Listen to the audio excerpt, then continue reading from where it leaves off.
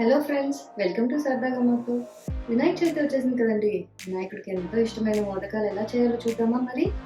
So దానికి కావాల్సిన పదార్థాలు ముందుగా తురుము పెట్టుకున్న కొబ్బరి తురుము, బెల్లం,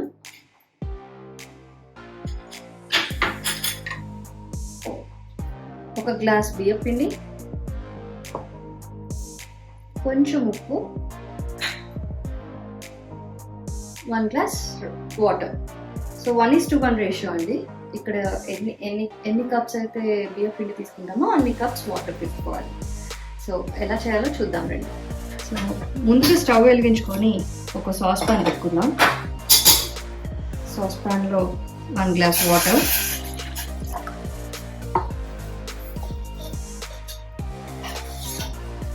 కొంచెం నెయ్యి. ఇందాక నెయ్యి చెప్పడం మర్చిపోయానండి. సో నెయ్యి కూడా ఇంపార్టెంట్.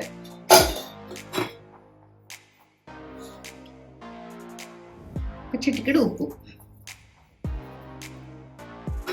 సో ఇది బాయిలింగ్ అవ్వాలండి. మొత్తం వాటర్ ఒక బాయిలింగ్ పాయింట్ వరకు వచ్చే వరకు బాయిల్ చేయండి. సో పక్కన స్టవ్ మీద ఇంకొక ప్యాన్ తీసుకొని దాంట్లో ముందుగా తురుము పెట్టుకున్న బెల్లం,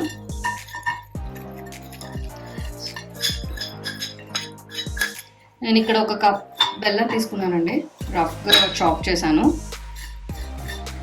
సో అది కొంచెం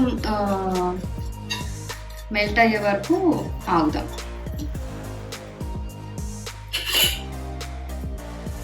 సో వాటర్ చూసారా ఇలా బాయిలింగ్ వస్తుంది. కొంచెం సిమ్ చేసి 1 గ్లాస్ పిండి పోస్తూ కలపండి.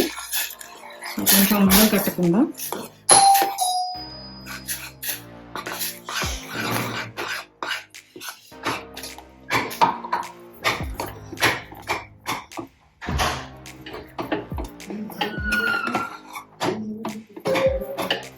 బాగా ఇలా మెదుపుతూ, సో ఇలా కలిపేసాం కదండి. కొంచెం స్టవ్ ఆపేసేసి వెంటనే మూత పెట్టేద్దాము.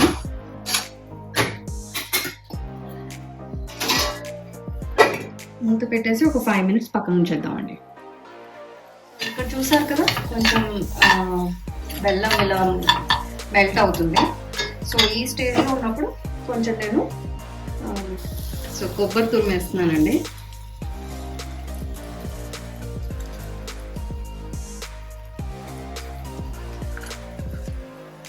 మొత్తం వేసేస్తున్నాను, బెల్లం సరిపోతుంది. నేను ఇది ఒక కొబ్బరికాయ ఒక బెల్లం తురుము అండి. ఇది బాగా మిక్స్ చేద్దాము. బెల్లము కొంచెం కొబ్బరి మిక్స్ అయ్యే వరకు.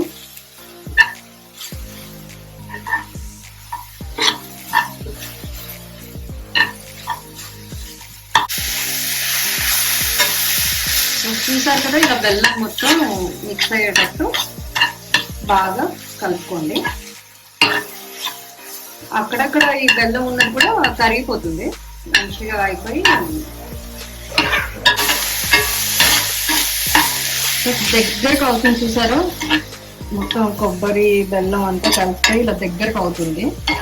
ఇంకొంచెం పాకం వచ్చే వరకు మగ్గిద్దాం.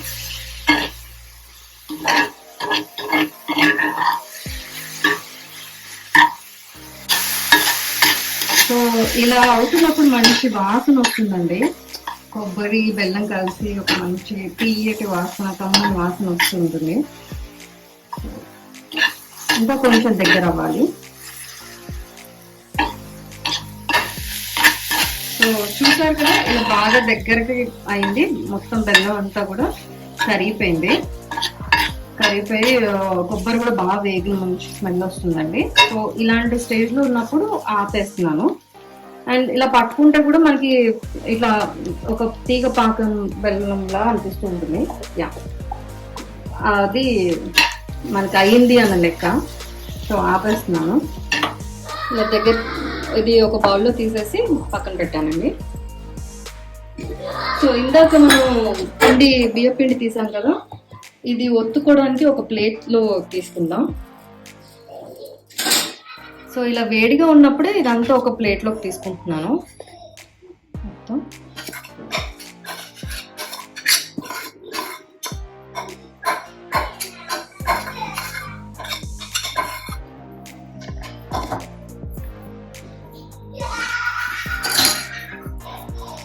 కొంచెం ఇలా కొంచెం నెయ్యి తీసుకొని చేతికి ఇలా మొత్తం నీట్ చేయాలండి. బాగా ఒక 10 to 12 minutes ఇలా బాగా నీట్ చేయాలి ఇదంతా దగ్గరికి. అప్పుడే మీకు మోదకాలు అనేది విడిపోకుండా వస్తుంది. పైన లేయర్ ఇది బాగా వేడిగా ఉంటుంది, బట్ స్టిల్ యా, మీరు కావాలంటే ఏ గ్లాస్తోనో చేసుకోవచ్చు.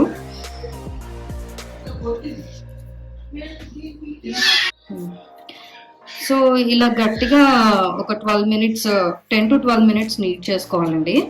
అప్పుడే మోదకాల్లో అది పైన విడిపోకుండా వస్తుంది. సో ఇదంతా దగ్గరకు వస్తుంది అనమాట.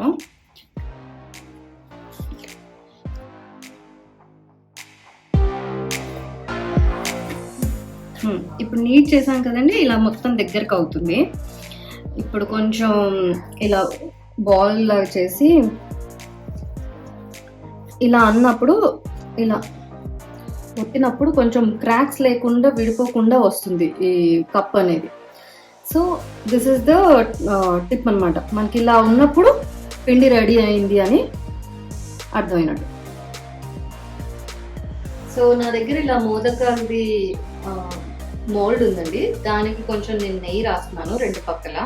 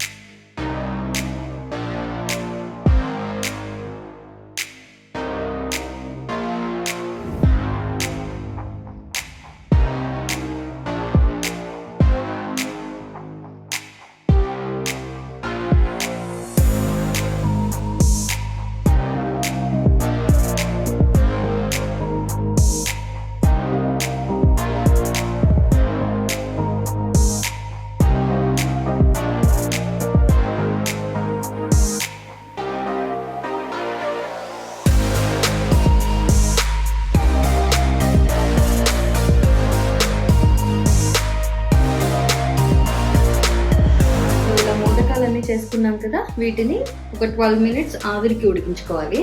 సో దానికి నేను స్టవ్ మీద ఇలా పెద్ద వెడల్పుగా ఉన్న కుక్కర్ తీసుకొని దాంట్లో కొంచెం వాటర్ పోసి ఇది స్టాండ్ పెట్టానండి స్టీల్ది.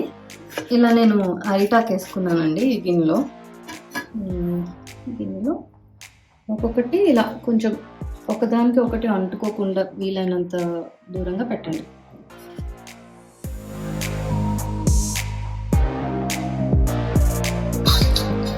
ఇలా పెట్టేసి పెడదామండి.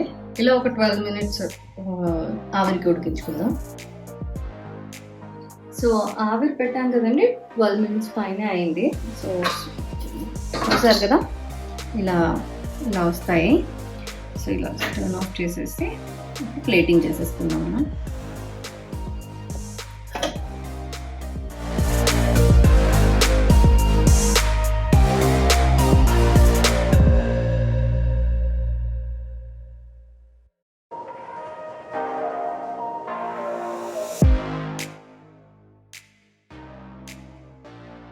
చూసారు కదా, వినాయకుడికి ఎంతో ఇష్టమైన మోదకాలు వేడివేడిగా రెడీ. సో దీని మీద సర్వ్ చేసేటప్పుడు కొంచెం ఇలా నెయ్యి వేసుకుంటే చాలా బాగుంటుందండి.